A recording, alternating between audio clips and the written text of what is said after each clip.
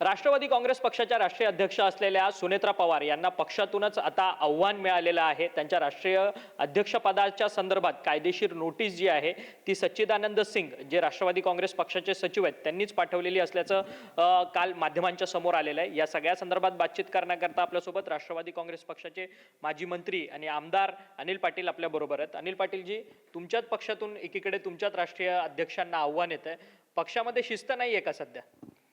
या सगळ्या गोष्टींचं खरं तर त्यांनी ही नोटीस पाठवण्याची फार काही आवश्यकता नव्हती।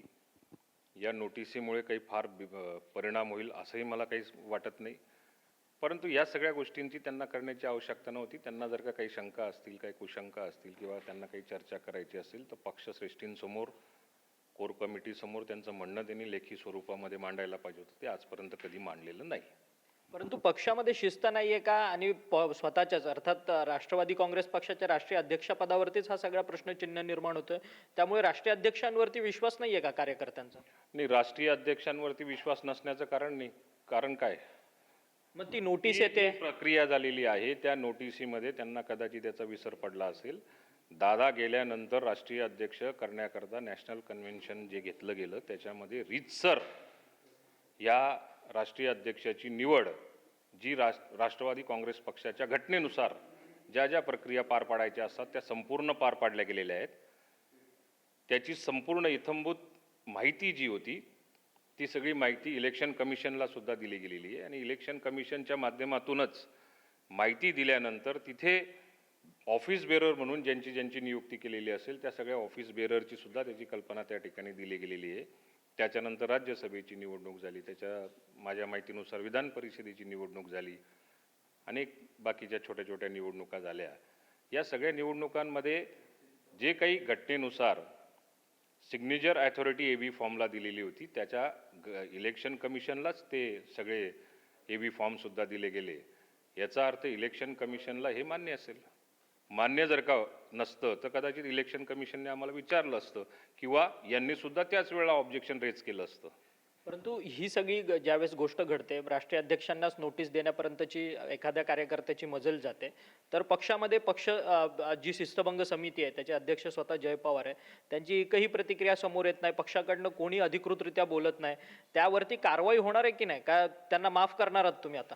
नाही, असं हे बघा, कोणताही कार्यकर्ता समजा जर का लगेच त्याला नोटीस देऊन त्याच्यावर कारवाई करणं काही उचित राहत नाही, परंतु त्यांचा गैरसमज हा नक्की काढण्याचा प्रयत्न केला जाईल आणि त्यांनी मीडियाच्या समोर समजा जर का अशा पद्धतीचं जाहीररित्या पक्षाला कुठेतरी ठेस पोहोचेल किंवा बदनाम होईल असं जर का कृत्य केलं असेल तर त्याच्या बाबतीमध्ये नोटीस देऊन विचारणा केली जाईल आणि समजा जर का ते योग्य वाटत नसेल तर कारवाईसुद्धा होईल। पण येणाऱ्या काळामध्ये कोर कमिटीसमोर याची नक्की चर्चा होईल। परंतु स्वतः सच्चिदानंद पुरी यांनी ही सगळं प्रकरण केलंय की हे प्रकरण घडवून आणलं, त्यांचा बोलवता धनी कोण आहे वेगळा? आता मला असं वाटतं की ज्या पद्धतीने राष्ट्रीय अध्यक्ष एक महिला, दादा गेल्यानंतर या पक्षामध्ये फार मोठी पोकळी निर्माण होऊ शकते असा एक भ्रमनिराश लोकांचा जो झालेला आहे, काही दुखी आत्मे आहेत, त्या दुखी आत्म्यांना हे सातत्याने वाटत असेल हे असं कसं घडलं आणि हे जर का घडलं त्याच्यामध्ये ते राष्ट्रीय अध्यक्षासुद्धा झाल्या, एवढा मोठा पक्ष सांभाळायला सुद्धा 4 महिन्यामध्ये लागल्या, उपमुख्यमंत्रीसुद्धा चांगल्या पद्धतीने ते पद सांभाळण्याचा, ते न्याय देण्याचा प्रयत्न करतायत, महाराष्ट्रातल्या कानाकोपऱ्यातल्या कार्यकर्त्यांनाही भेटीगाठी देऊन त्यांच्या समस्या आणि पक्ष संघटन वाढण्याच्या दृष्टीने प्रयत्न केले जात आहेत। हे कुठेतरी कोणाला तरी खटकत असेल। आणि खटकणारी लोक कोण आहेत? बाहेरची लोक आहेत का की पक्षातलीच लोक आहेत? मग खटकणारे कोण आहेत या पक्षात? ज्याला हे सगळं सहन होत नसेल अशी ती लोक आहेत। अशा लोकांचा शोध हा काही राजकारणामध्ये शोध लावायचा नसतो, जो तो आपापल्या पद्धतीने आपापल्या परीने तो प्रयत्न करत असतो।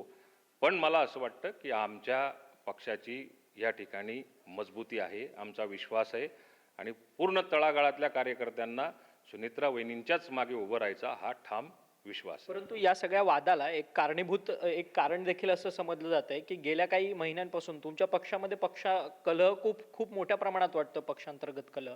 प्रफुल्ल पटेल असतील किंवा सुनील तटकरे असतील यांची राष्ट्रीय कार्यकारिणीत तुम्ही पदं फक्त लिहिता की ते लोकसभेचे गटनेते आहेत, राज्यसभेचे गटनेते. पूर्वी अजितदादा असताना प्रफुल्ल पटेलांना राष्ट्रीय कार्याध्यक्ष म्हणून जबाबदारी होती आणि ती तुमच्या निवडणूक आयोगाला जे तुम्ही पत्र पक्षातून देता त्याच्यामध्ये उल्लेख होता. सुनील तटकरेंचा महासचिव पदाकरता त्यांचा दर्जा होता. हे दोन्ही त्यांची पदं नाही आहेत ना, मग ते आता सध्या पदावरती आहेत की नाही आहेत मग ही सगळी? नाही, आता या सगळ्या गोष्टींच्या बाबतीमध्ये आपणच मला हा प्रश्न विचारतायत आणि याच्या अगोदरच्या षण्मुखानंदमध्ये आमची जी सभा झाली त्या सभेमध्ये वहिनींनी सुद्धा त्यांच्या भाषणामध्ये त्यांच्या पदांचाच उल्लेख केलेला आपल्याला कदाचित आठवत असेल. ज्या वेळेला समजा इलेक्शन कमिशनला ही सगळी निवड प्रक्रिया झाल्यानंतर ऑफिस बेरर म्हणून जबाबदाऱ्यांची वाटप झाली, त्याच्यानंतर हा प्रश्न उपस्थित झाला आणि त्याच्यानंतर उपस्थित झाल्यानंतर मग तटकरे साहेब असतील, प्रफुल्लभाई पटेल असतील आणि वहिनी असतील, या तिघांची एक मीटिंग झाली आणि त्याच्यामध्ये काय काय बदल केले पाहिजे अशा त्यांनी सूचना दिल्या. त्याच्यानुसार ते बदल वहिनी त्यांच्या स्तरावर नक्की घेणारच. परंतु नक्की घेणार तुम्ही म्हणतायत, परंतु ज्यावेळेस राष्ट्रीय कार्यकारिणीची जी संपूर्ण लेटर समोर आलेलं त्याच्यामध्ये त्या दोघांच्याही नावाच्या समोर पदांचा उल्लेख नव्हता. त्याच्यानंतर कोणतं अद्याप पत्र निवडणूक आयोगाला गेलं आहे की नाही? कारण की वहिनी त्यावेळेस रात्री 1:30 वाजता ट्विट करतात की हे पत्र चुकीचं आहे म्हणून.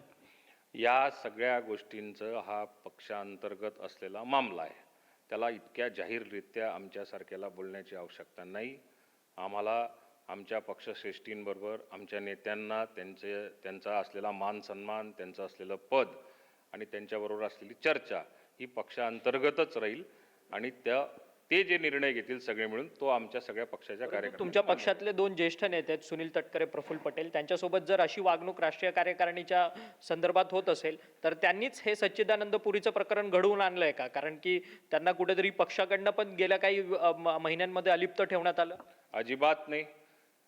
ज्या तटकरे साहेबांनी, ज्या प्रफुल्लभाई पटेलांनी, ज्या भुजबळ साहेबांनी, ज्या अनेक अशा सगळ्या संघटनेमध्ये काम करणाऱ्या नेत्यांनी दादा गेल्यानंतर ही पोकळी भरून काढण्याकरता सुनेत्रा वहिनींना राष्ट्रीय अध्यक्ष करण्यासाठी निर्णय घेतला आणि त्यांचा पाठपुरावा करून ती मीटिंग सुद्धा त्यांनी सगळ्यांनी मिळून घडवली. त्यांना उपमुख्यमंत्री करण्याचा मुख्यमंत्र्यांकडे आग्रह धरण्याकरता हीच सगळी मंडळी आमच्या पक्षाचे ज्येष्ठ नेते जे होते ते सगळेजण गेले आणि उपमुख्यमंत्री केलं. त्याच्यानंतर या सगळ्या प्रक्रियेमध्ये समजा जर का त्यांचा सहभाग असेल तर ते आमच्या पक्षाच्या दृष्टीने अतिशय महत्त्वाचे नेते आहेत. त्यामुळे त्यांचा मान सन्मान, त्यांच्या असलेल्या पदांचा असलेली गरिमा किंवा त्यांचे पद शाबूत ठेवण्याकरता पक्ष त्यांच्यावर अन्याय करण्याचं काही कारणच नाही आणि त्यांच्या माध्यमातून अशा पद्धतीचं कुठलं कृत्य होईल असं आम्हाला अजिबात वाटत नाही. ते पवार कुटुंबाचं हित जोपासणारेच मोठे नेते आहेत. परंतु सच्चिदानंद सिंग ज्यांनी अशा पद्धतीचा दावा जो केलाय, तुम्हाला तुमच्या अध्यक्षांना नोटीस पाठवली आहे, त्यांच्या पाठी कुणी बोलवता धनी आहे का? त्याचा शोध लावणार आहात का आपण? नाही, आता सच्चिदानंद स्वामी झारखंडमध्ये कुठेतरी राहतात. मीच बघितलेलं नाही त्यांना आत्तापर्यंत. त्यांच्या नोटिशीवर इतकं चर्चा करण्याची मला काही आवश्यकता वाटत नाही. परंतु ही कायदेशीर बाब आहे ना. ही कायदेशीर गोष्ट जरी असली तरी त्या कायदेशीर गोष्टींसाठी इलेक्शन कमिशनकडे त्यांनी जर का पत्र दिलं असेल ते विचारणा करतील. त्याला उत्तर यांना द्यायला उत्तर. पहिली गोष्ट, घटनेनुसार त्यांना हा विचारण्याचा अधिकारच नाहीये. नाही, परंतु सच्चिदानंद सिंगच्या संदर्भात अधिकृतरित्या तुमच्या पक्षाचे दोन महत्वाचे नेते गेले कुठे? माध्यमांसमोर येऊन का बोलत नाहीयेत? वेळ येईल त्यावेळेला ती चर्चा करतीलच. पक्षश्रेष्ठींची त्याच्यावर चर्चा होईल आणि नक्की होईल. तेच नेते उत्तर देतील. काल प्रफुल्लभाईंनी याच्याशी माझा काही संबंध नाही आणि योग्य वेळी ते प्रफुल्लभाई सुद्धा उत्तर देतीलच. तेच प्रफुल्लभाई म्हणतात का पक्षामध्ये मग सुधारणा पण झाली पाहिजे? पक्ष काय झोपलेल्या अवस्थेत आहेत का आता सगळ्या 4-5 महिन्यामध्ये की पक्षामध्ये सुधारणा झाली आहे अशा पद्धतीचं ते वक्तव्य करतात पक्षातले एवढे मोठे ज्येष्ठ नेते? आपण काही चिंता करू नका. प्रफुल्लभाई याच्यावरती सक्षम आहेत. ते सुधारणा करण्याचा त्यांना अधिकार आहे आणि सुधारणा करायची असेल तर पक्षामध्ये कधीही सुधारणा करण्याची आवश्यकता असेल तर त्यांच्या सल्ल्याची त्या ठिकाणी आवश्यकता राहील. परंतु मग ह्याचा पाठपुरावा करणार आहे का? शेवटी माझं एकच म्हणणं आहे, बोलवता धनी शोधणार आहे का आतापर्यंत तुम्ही? हा, तर त्याच्यासाठी एक CBI किंवा CIDची आम्ही त्या ठिकाणी मागणी करू मुख्यमंत्र्यांकडे. असा बोलवता धनी कोण? राजकारणामध्ये जे दिसतं ते कदाचित राहतच नाही, जे दिसत नाही तेच कदाचित राहतं. असं जर का असेल तर असा काही शोध मोहीम करू शकत नाही. ज्याला वाईट वाटत असेल, स्पष्ट सांगतो की ज्याला वहिनींचं हे अस्तित्व सहन होत नसेल, तोच याचा पाठीमागचा हा झारीतला शुक्राचार्य होऊ शकतो. खरं तर धन्यवाद, तुम्ही आमच्याशी बातचीत केली. अनिल पाटील होते राष्ट्रवादी काँग्रेस पक्षाचे माजी मंत्री आणि आमदार आणि नेते असलेले. खरं तर त्यांचं म्हणणं आहे की सुनेत्रा पवारांचं काम मोठं आहे आणि सुनेत्रा पवार ज्या पदावरती आहेत त्यांना कुठेतरी बदनाम करण्याचं काम जे आहे ते काही लोक करतात आहेत आणि या सगळ्या संदर्भातली माहिती जी आहे ती वेळोवेळी समोर येईलच, अशा पद्धतीचं मत अनिल पाटील यांनी आपल्याशी बोलताना व्यक्त केलं. व्हिडिओ जर्नलिस्ट संतोष कदमसह अक्षय मंकणी, TV9 मराठी, मुंबई.